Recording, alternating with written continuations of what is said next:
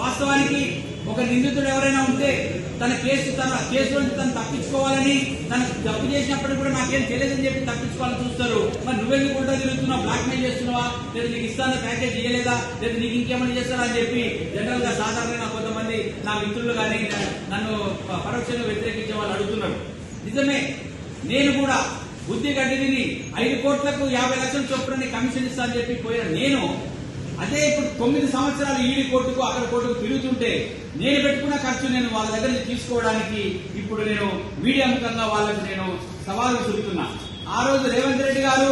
నువ్వు నాకు 50 లక్షలు ఇస్తా అని చెప్పి మాటిచ్చి నమ్మించి మోసం చేసి నువ్వు అరెస్ట్ అయిన తర్వాత నీ భార్యతో ఫోన్ చేపించు గీతారెడ్డి తోటి మత్తయ్య కనుక తెలంగాణ పోలీసులు సరెండర్ చేస్తే ఎమ్మడే మత్తయ్యని అరెస్ట్ చేస్తే చంద్రబాబు రేవంత్ రెడ్డిని పార్టీ నుంచి బహిష్కరిస్తామని చెప్పి ఆయన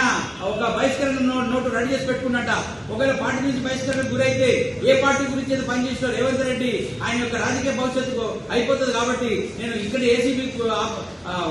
ఏసీబీ పోర్టల్లోనే ఆత్మహత్య చేసుకుంటాను కాబట్టి మత్తయ్యని సరెండర్ కావద్దని చెప్పి గీతారెడ్డి రేవంత్ రెడ్డి గారి సతీమణితో గీతారెడ్డి తోటి ఇదే జిమ్మెబాబు అనే వ్యక్తితో